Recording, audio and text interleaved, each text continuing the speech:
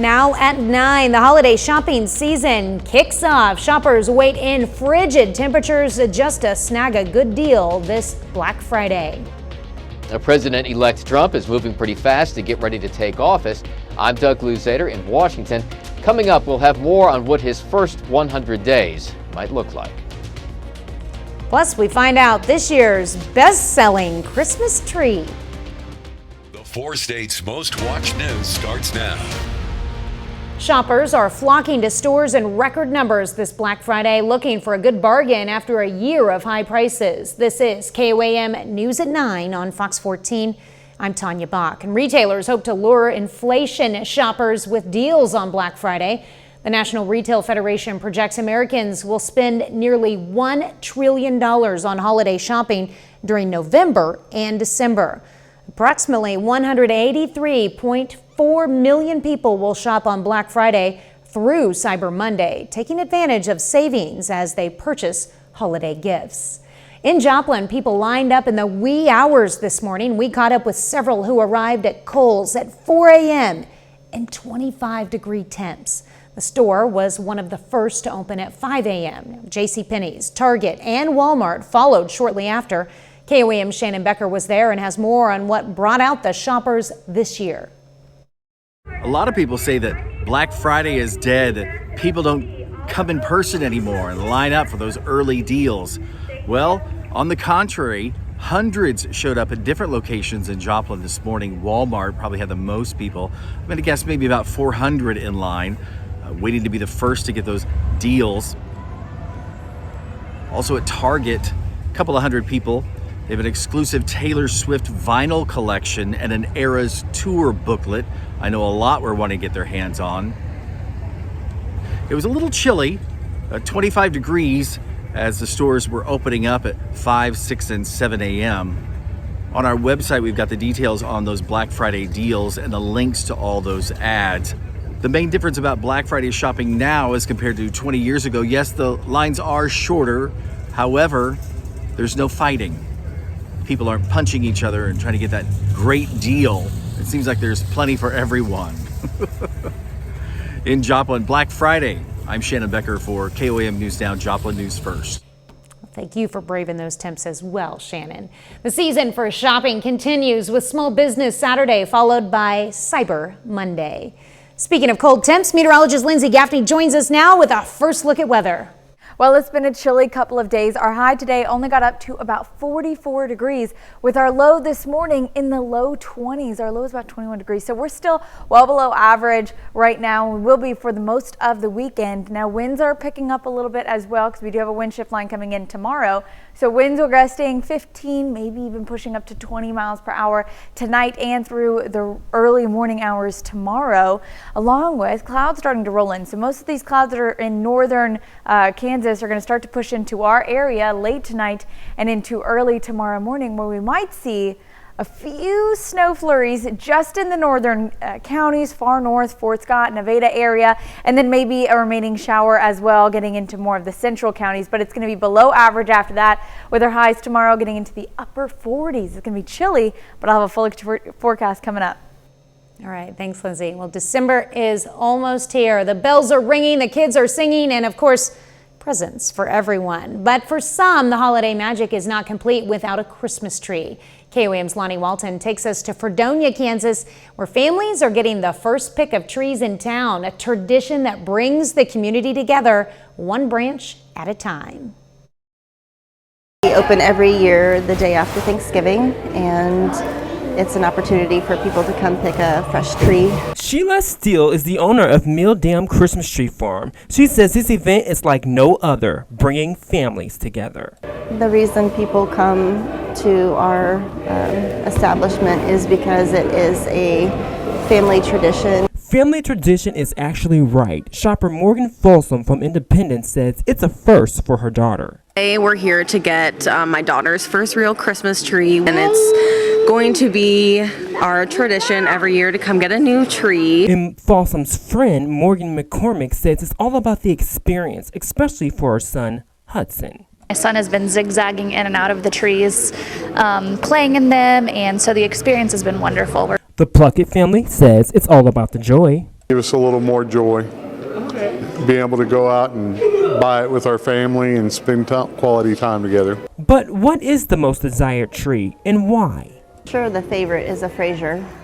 We don't get to grow those in Kansas, so we ship in all our Frasers from Michigan. So why not a fake tree? Oh wait, here comes that tradition word again. Tradition about 7 or 8 years ago, and this is our only option. Real trees, they make my house smell nice. Make everything a little bit more Christmassy. Steele says there are steps you should take to keep your tree up this holiday. Just keep your cat out of your tree. Reporting in Fredonia, I'm Lonnie Walton, KOAM News. And Steele says if you get a Fraser tree now, it should last until January if you keep it watered and, of course, keep your cat out of it. From Christmas trees to Christmas lights, Thanksgiving weekend is when folks usually start putting theirs up. And some places like Home Depot or Light Up Joplin will refer you to pros who can assist with every step of the installation process. But many people prefer to take on the task alone as the ultimate do-it-yourself project. And for those DIYers, experts say safety first. Be careful on a steep roof and everything. If you're going to be doing it from a ladder, making sure you're not standing on the top rungs of a ladder because it gets more unstable with all of that. And then pitches can be kind of deceiving. You can think something's safe, but you just got to be very careful if you're walking on a roof. So most of the time we install lights from the roof itself and not from a ladder. Check your lights before installation to make sure they work and inspect them for any damage that could lead to a potential fire hazard. And if you have a lot of lights, use a power board with overload protection. Well, traffic on Interstate 35 near Tecumseh Road in Norman, Oklahoma started flowing again after a semi crashed into a bridge yesterday afternoon.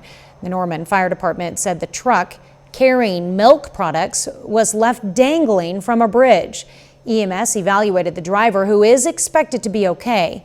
Troopers say northbound lanes were closed for more than 5.5 hours while crews worked to clear the scene. Newly released police body cam video out of suburban Kansas City, Missouri shows the moments leading right up to a tragic police shooting. And we should warn you, the following video may be disturbing. Now, the incident happened in Independence earlier this month. 2-month-old Destiny Hope's grandmother called police saying the baby's mother, Maria Pike, was acting violent. The family said Pike suffered from postpartum depression, and they thought police would arrest her and get her help. Now, police arrived at the apartment and talked to the 34-year-old as she held the toddler in her arms. And then she suddenly grabbed a large knife and advanced toward an officer. Police fired, killing both her and the infant. The incident team from the nearby town of Blue Springs is investigating the shooting. Coming up, why this year's Christmas may need to charge. A $7,500 tax credit could disappear next year, and that could mean some Americans are getting a new car for Christmas. I'm Caroline Shively in Washington. I'll have that story coming up. But first, toys can turn dangerous if gift givers are not careful. We've got tips to help make sure what you're buying is safe.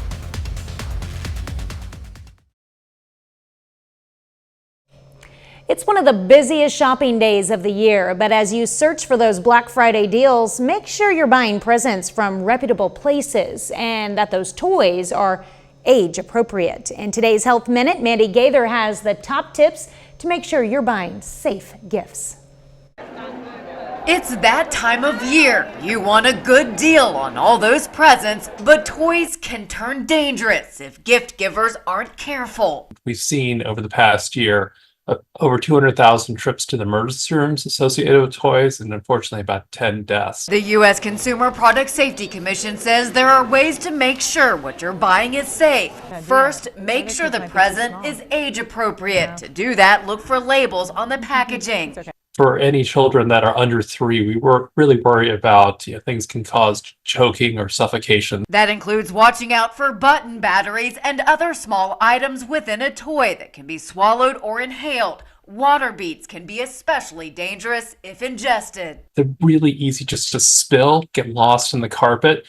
And you're not going to find all of them, but your child is crawling on the floor will. If you're planning to give a present with wheels, whether it's a bike, scooter, or motorized scooter, the CPSC says to also make sure you gift safety equipment like a helmet to go along with it. And if you're shopping online, make sure it's a reputable site. Take a look not only at what the platform is, but also who the seller is. And if you don't recognize the seller's name or think twice about whether or not you want to buy from them. And if the deal is too good, you really want to think twice about whether to buy from that person or not. For Health Minute, I'm Mandy Gaither. Officials say it's also important to make sure what you're buying has not been recalled. And especially if you purchase something secondhand, you can check out the latest recalls and sign up for alerts for future ones by going to cpsc.gov/recalls. One man who carries a big bag of safe gifts, the jolly elf himself, Santa Claus, and St. Nick put a pause on his busy schedule to stop by the Meadowbrook Mall in Pittsburgh today. In addition to spreading Christmas cheer, he also had a few words of advice for all the good girls and boys out there. Kids, I hope you're all having a great time. I know you're all out of school right now, but you go back Monday, but you got to be really, really good and mind your parents, because Christmas is not that far away. Santa also wanted to remind kids that Christmas is only 26 days away. It's good for the parents to know too. Well, Lindsay is next with a complete look at your forecast. And later, Thanksgiving tables across the country may have been serving up a side of tension, especially post-election. If your gathering was awkward or stressful, we've got tips on how you should handle seeing the same people during the upcoming holiday season.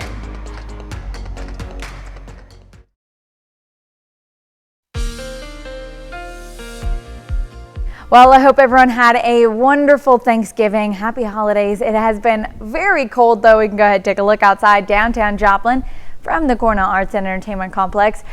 Mostly clear right now, though we are going to have some clouds moving in a little bit later on tonight and into early tomorrow morning, where we might see a little bit of some snow flurries in the northern counties. Yes, snow flurries. It is that time of year. We have been seeing well below average temperatures. Yesterday, our high got into the low 40s, just about 40 degrees. And then we were down in the low 20s today. Like we just, how about 21, 22 degrees for our low this morning. And that was just about 7 a.m. So right when you're getting started, especially on Black Friday, everyone's getting up early, so it was a cold start to the day, with our highs really only reaching the low 40s again today. Now, as we head into the rest of the weekend, tonight it's going to feel like we're in the 20s already by 11 p.m. So if you plan on going out tonight, it's going to be pretty chilly. Now, tomorrow by noon, we're getting into the upper 30s, low 40s. So we're warming up a little bit more than we did for the last couple of days, but we do have a wind shift line coming in Saturday midday that we're going to see another drop in temperatures as we head into Saturday night. So it's going to feel like by 11 p.m. again tomorrow, low 20s, and then by the start of Monday morning, it's going to feel like we're in the upper teens. So it's going to be a chilly weekend again. Now, our actual temperatures for the day, for the highs, upper 40s, 47, 48, 49 out in the Joplin area, 49 in Miami, even getting into 50, 51 in some areas as well. And then we have this wind shift line. You can see winds are out of the south in the morning, but by the evening we're going to see more of a northerly breeze, which is going to cool us down as we head into Sunday morning. You can see temperatures are already quickly dropping. By Sunday morning, our low temperatures are in the upper 20s. Now, we already saw that it's going to feel like we're in the upper teens, so it's going to feel about 10 degrees cooler than what it actually is. But starting Sunday morning, 29 degrees in Joplin, 27 in Chanute, 26 in Iola and Nevada. So it's going to be pretty cold. Now, on top of that, we also have the chance for maybe some snow flurries. As we head into Saturday morning, we're going to start to see mostly overcast skies in those northern counties. So it's going to be north of Parsons, north of Iola, Nevada, and Fort Scott. Mostly are the cities that are going to see any kind of snow flurries that are going to be in the area. You can see it's mostly just north of us in Kansas City, but a little tail end of that system wants to move into our area again, north of Nevada and Fort Scott area, with maybe an isolated shower kind of pushing through as well, but clearing out by noon, and then we're back to sunny skies and much warmer temperatures as we head into next week. But that doesn't start this week. Weekend is going to be pretty cool. Now we saw that wind shift line, so it's going to drop our temperatures again on Sunday back into the lower 40s. So it's going to be a pretty cool weekend and into early next week. You can see Sunday, that's December 1st. So we're starting off the month pretty cold, but we go back into the 50s by midweek. Now, outside of that, we got another temperature drop Thursday and into Friday that we'll have to look forward to. All right, thanks, Lindsay. Coming up, avoiding holiday charity scams. 'Tis the season for giving, but do you know exactly who you're giving to? I'm Rebecca Castor with the red and green flags to look for before opening your heart and wallet. 'Tis the season for giving, but do you know exactly who you're giving to? And sadly, there are a lot of Grinches who see Americans' generosity as an opportunity to make a quick buck by setting up fake charities and pocketing the donations. Fox's Rebecca Castor has more on the red and green flags to look for. 3, 2, 1. While Americans are lighting trees and starting their holiday shopping, scammers are getting ready to take advantage of the goodwill of the season. It's opportunists, right? Jamie Truman is the co-founder of Truman Charities, an organization that's raised money for dozens of nonprofits over the last decade. So she knows to look for transparency before giving. First and foremost, when you go onto their website, they should have their finances very up in front. You should easily be able to find they have a financial tab or annual report. The Federal Trade Commission also recommends paying by credit card or check, not cash or crypto, and keeping a record of the payment to ensure you're only charged the amount you agreed to donate. You should also never feel pressured. No charity that is respectable is going to be very pushy. Truman says there's always a different gift you can give. Many of these scams can be avoided by donating your time instead. And you really want to see the nuts and bolts of how a charity runs, then volunteer at one. Find one locally that you find, really you find passionate about their cause. It's also easy to check online how much of your donation goes to those in need versus those running the organization. Philanthropists recommend donating to nonprofits where at least 70 cents per dollar goes to the cause. In Washington, Rebecca Castor, Fox News. The model train show is coming up in Joplin this weekend and celebrating a milestone to boot. We'll have the details after the break.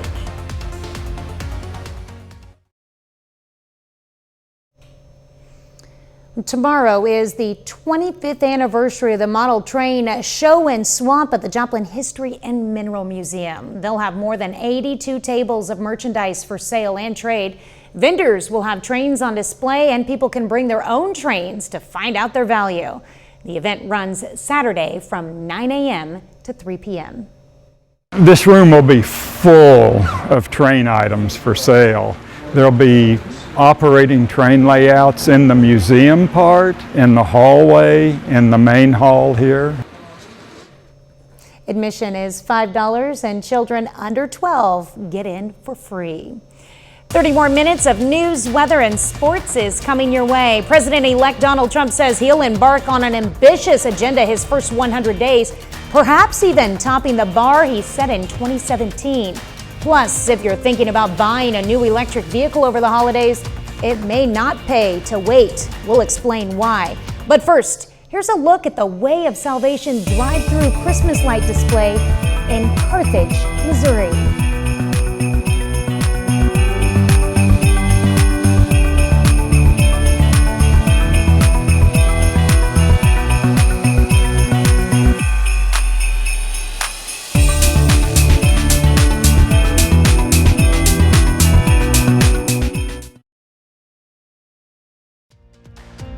You're watching the Four States Most Watched News. This is KOAM News at 9 on Fox 14. I'm Tanya Bach, and there may not be much rest over the holidays for the incoming Trump administration. The president-elect has been working at a fever pitch to build out his team and prepare for his first months in office. As Doug Luzader reports from Washington, Republicans are raising expectations for an expansive agenda in Trump's first 100 days. Thank you very much. Wow. When President-elect Trump took the stage to claim victory after the election, he didn't exactly tamp down expectations. This will truly be the golden age of America. That's what we have to have. And while the White House and Capitol Hill may be quiet for now, just wait. It's going to be a very aggressive first 100 days of the new Congress. Trump, along with his fellow Republicans, has set the bar high, and his first days in office are likely to include a slew of executive orders to undo parts of the Biden agenda, spur energy production here at home, and secure the nation's borders, laying the groundwork for mass deportations. And both sides are spoiling for a fight. The American people have had enough. They want real change, and Donald Trump is going to bring it. It is unconstitutional to do what Donald Trump is trying to do. And so we're going to push back every single step of the way. But what's unusual about the Trump presidency is that this is really going to be his second first 100 days, and we can look back to his first 100 days back in 2017 as something of a guidepost. I, Donald John Trump, do solemnly swear. Back then, in 2017, by April, the first Trump administration was celebrating that first 100 days, issuing this list of accomplishments. At the time, Trump laid claim to 30 executive orders and the passage of 28 laws. His record this time could be similar as he seeks to rein in government bureaucracy and regulations. It looks to me like a recipe for nonstop political warfare. That warfare is almost certain, as are the legal challenges, with Trump hoping to pick up where he left off. In Washington, Doug Luzader, Fox News. Well, Mexican President Claudia Sheinbaum is pushing back on President-elect Donald Trump's tariff plan and his claims that they reached an agreement on the border and migration. Sheinbaum says her country has no interest in closing the border and insisted that she wants to, quote, build bridges between people and governments. Her comments come a day after Trump touted a phone call with Sheinbaum saying that she agreed to stop migration through Mexico. Well, President-elect Donald Trump is threatening to end a federal tax credit for electric vehicles when he takes office next year, and that's driving some buyers to rush to the dealership now. But not all EVs or drivers qualify for those credits. Fox's Caroline Shively has the details. If you're planning to buy an electric vehicle, you might want to hurry up. Mr. President! This sucker's quick. Right now, 13 electric models qualify for a federal tax credit for $7,500. 8 other EVs and plug-in hybrids can get more than $3,700. Customers are aware of the tax credit, so they are asking for it. But President-elect Trump says he'll get rid of those rebates. The Green New Scam, one of the great scams in history. And that threat is sending some buyers to the dealership before it's too late. I was scared to go plug in because I'm like, it's not, my type of car, but it saves me money, so it's my type of car now. It's not as easy as picking any EV you like than driving it off the lot. To qualify for the federal tax credit, there's some very specific requirements for you and the vehicle. To get the full benefit, you have to make less than $150,000 a year.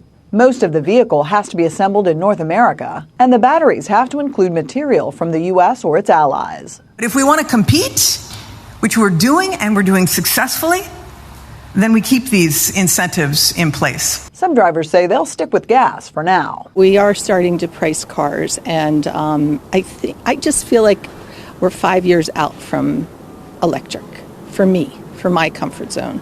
7 different states have their own tax credits for EVs, and California says if the Trump administration takes away the federal credit, they'll match it. Caroline Shively, Fox News. Well, Lindsay is next with a complete look at your forecast, and later, escaping family tensions.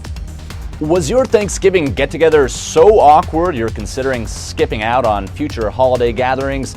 I'm Connor Hansen in New York with expert advice coming up.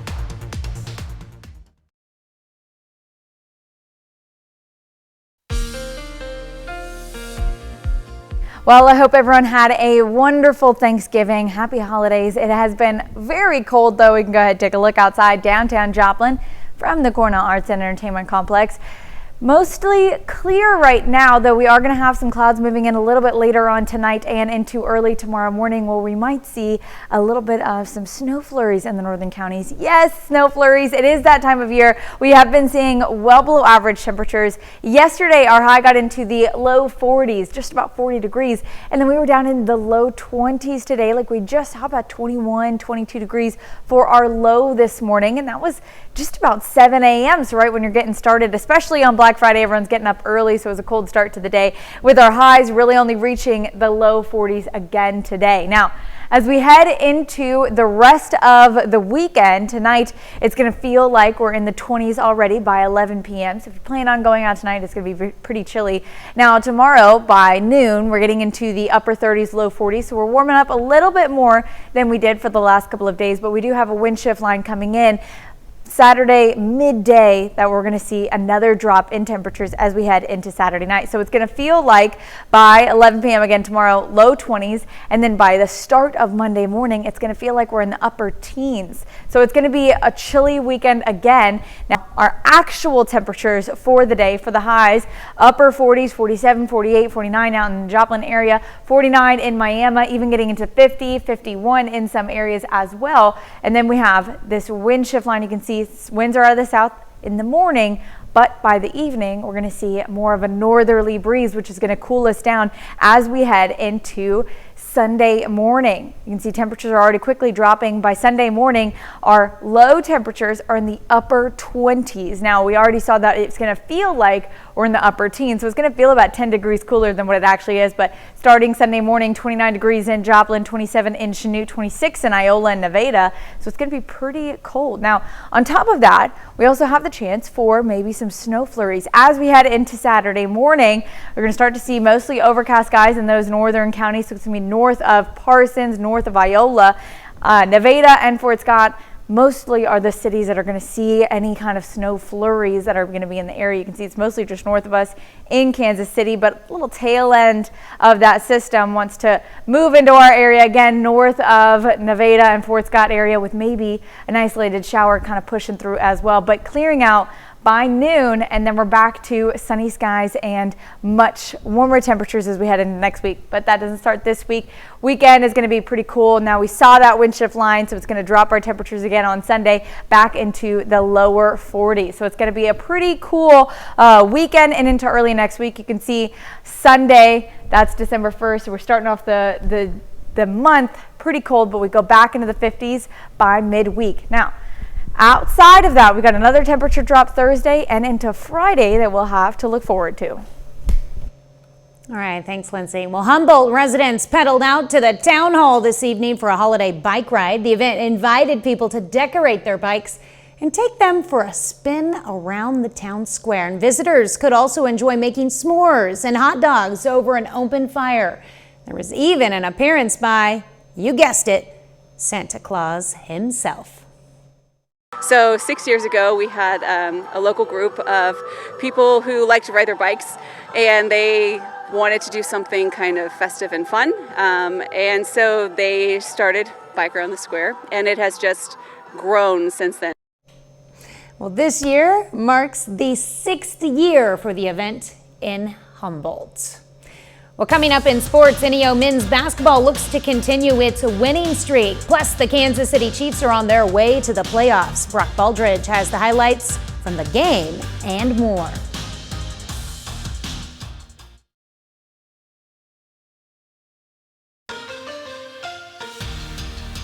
Well, 5 of the 10 wins for the Kansas City Chiefs were decided on the last play of the game, most of which are a little too close to comfort. This week, the Chiefs face yet another divisional rival. Patrick Mahomes and the Chiefs take on the Las Vegas Raiders. A win for the Chiefs will put Kansas City in the playoffs. We pick things up in the second quarter. This game is tied 3-3. Mahomes gets rid of the ball just in time as he finds Justin Watson from 6 yards out. Touchdown, Kansas City. Chiefs lead 10-3, but the Raiders would hang around in this one. In the third quarter, Chiefs lead 16-3. Aiden O'Connell goes to the rookie tight end Brock Bowers. He gets behind the defense here and into the end zone, and the Raiders make it a one-score game. The Chiefs, well, they still lead 16-10. We go to the first play of the fourth quarter now. O'Connell with a play-action pass here He goes deep down the sideline to Trey Tucker, busting coverage, and that's a 58-yard touchdown that gives the Raiders their first lead of the day. Las Vegas is now up 17-16. With 15 seconds left in the game, the Chiefs lead 19-17. Raiders have the ball, could potentially set up a game-winning field goal, but this ball's fumbled as Aiden O'Connell wasn't ready for the snap, and the Chiefs recover it. Ball game over. You can't make this stuff up. The Chiefs win the game somehow 19-17. Kansas City punches their ticket into the NFL postseason. There are some good things. Most of all, the win was a positive here. And these things are hard to get in this league, and especially against this crew. They do a nice job, and against us, it seems like every time we play them, so it comes right down to the end. It's hard to go backwards in this league and win games, and we were doing it there a little bit. We don't feel like we're playing our best football all together, and it seems like every game it's offense does good, defense does good, kind of vice versa. We got to find a way to build up so we can play great as a full entire team. It's awesome that we're finding ways to get wins. At the end of the day, that's what you're going for. But our goal is to get to that Super Bowl, so we're going to try to continue to get better and better so that we're playing our best football hopefully by the end of the year.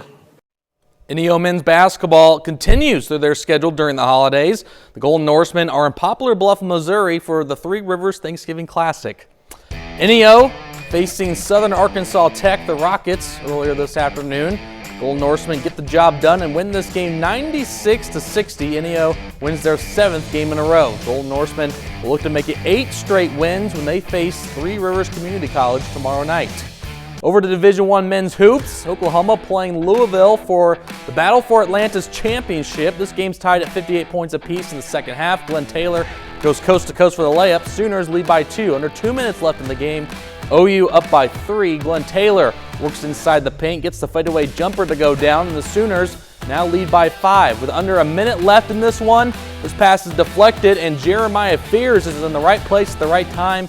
OU goes up by 4 after the layup. So with 20 seconds left in the game, Louisville has a chance to tie or take the lead. Noah Waterman shoots for the potential game winner, and that one just goes off the mark. Oklahoma hangs on. The Sooners win the battle for Atlanta's championship, 96-64 the final score, and the OU men's basketball team is now 7-0 to begin the year.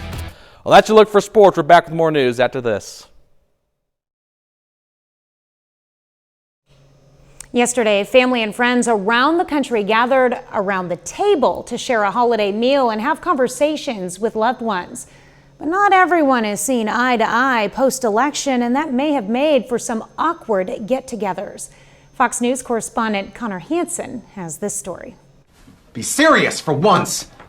What do you actually intend to do with your life? Why is it always about what will you do? Did your Thanksgiving feast come with a side of tension? If so, you're probably not alone. Several topics have the ability to hit a nerve with a table mate, including politics in this post-election climate. And for some, it was so uncomfortable they're already rethinking spending time with family and friends during the upcoming holiday season. You have the power to shape your own experience. The holidays can be an opportunity to practice self-love, set boundaries, and build deeper, more authentic connections, and to take your distance if you need to. Intergenerational trauma expert Michelle Bias says it's okay to bow out of the next gathering, but no, there could be fallout. Showing up and not showing up may have the same repercussions.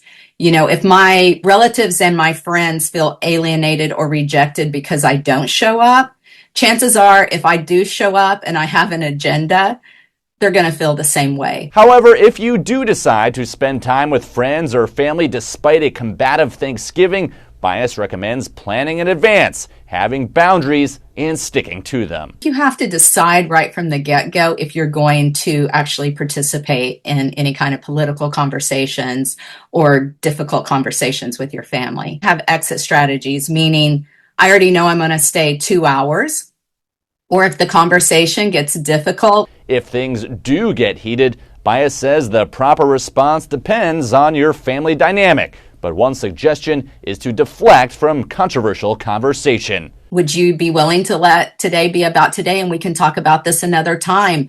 Wow, I saw your garden on Facebook. How long did it take you to build that? If it becomes unbearable, she recommends taking a beat, before making the decision to leave. We can take resets by going outside, taking a walk, finding a safe place to breathe. And then from there, we can make that decision of whether or not we're going to fully exit the event. Walking out or not showing up at all doesn't have to be the beginning of an estrangement. It doesn't have to be forever, right? It doesn't have to be the sharp knife that cuts clean. It just gets to be for today or for this holiday or for this event. And then that in itself is like a reset where we can choose again for the next event. Baya says if you opt not to spend the holidays with people who trigger you, it's an opportunity to start your own new traditions. In New York, Connor Hansen, Fox News. Well, The Weeknd announces a new album and celebratory concert. We'll have the details in Hollywood Nation.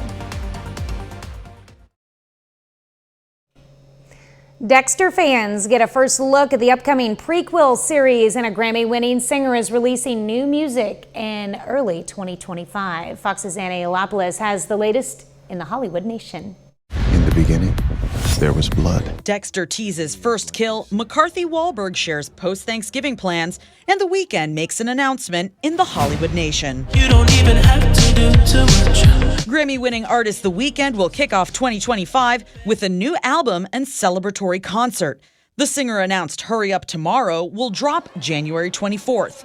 The record is the final chapter in his trilogy, following 2020's After Hours and 2022's Dawn FM. He will celebrate the release with a one-night-only live performance at the Rose Bowl Stadium in Pasadena, California, January 25th, which will feature a never-before-seen production. Jenny McCarthy Wahlberg reveals she'll be working on Black Friday. The Masked Singer panelist will be offering deals for her cosmetic line, Formless Beauty, during the post-Thanksgiving shopping frenzy. On Black Friday, I'm going to be going live almost all day on social media, doing the biggest sales, and you might see Donnie pop in because he likes to pop in my lives, but I might be doing a 6 or 8 hour live that day. So please find me on social media because I will be doing the best deals we've ever done. The code I learned from my father. Paramount Plus with Showtime released the official trailer for the new prequel series, Dexter: Original Sin. The video features Patrick Gibson as a young Dexter learning how to be a serial killer. Christian Slater, Christina Milian, Sarah Michelle Gellar, and Patrick Dempsey also star. It premieres December 13th. Learning my code was just the beginning. Anna Elopoulos, Fox News. And that's our time for tonight. Thank you for joining us. We're going to leave you with video of goats getting their Thanksgiving grub on at the Brookfield Zoo in Chicago. Have a great night and an even better weekend.